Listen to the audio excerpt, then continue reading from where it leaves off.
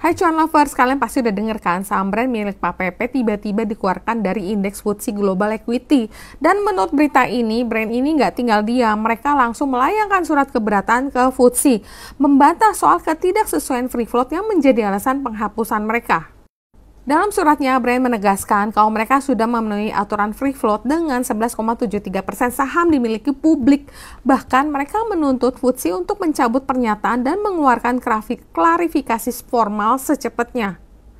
Pada sebelumnya, FTSE itu mengklaim kalau 97% saham brand dikuasai oleh pemegang saham pengendali. Akibat keputusan FTSE ini, brand itu langsung terkoreksi jauh. Dan di media ini, sumber yang dihubungi Bloomberg Technos ini yang mengetahui masalah tersebut yang tidak ingin disebutkan namanya karena informasinya bersifat pribadi membenarkan keabsahan surat tersebut. Jadi menurut berita ini udah ada yang konfirmasi nih, katanya dia bilang itu benar surat asli. Sementara manajemen brand itu masih belum berkomentar. Dalam surat ini, Randy mengatakan bahwa sejak melakukan penawaran umum perdana atau IPO, OJK itu udah menerbitkan pernyataan efektif pada brand yang diantara telah memenuhi persyaratan untuk memiliki saham beredar bebas itu minimal 10%. Dan sebagai tambahan, artikel dari Kontan ini, menurut pengamat pasar modal Bapak Budi Frensidi dari Universitas Indonesia, keputusan FTSE itu menimbulkan banyak tanda tanya. Soalnya data soal kepemilikan saham seperti brand itu kan udah terlama nih tersedia di publik. Ini kan brand nih blue chip gitu loh. Salah satu the biggest market cap. Masa sih mereka nggak tahu? Bahkan sebelum IPO aja udah ada gitu keterbukaan publik. Kenapa baru sekarang jadi masalah gitu loh?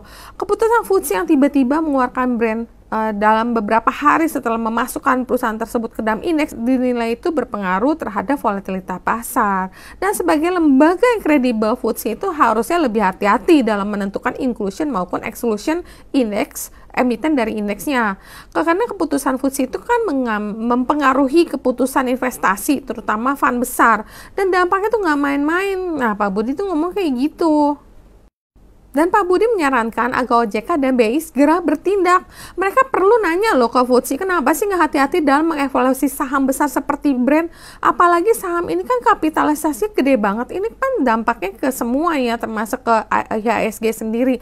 Nah, menurut kalian, cuan lovers, apakah brand ini bisa bakal masuk ke indeks FTSE lagi?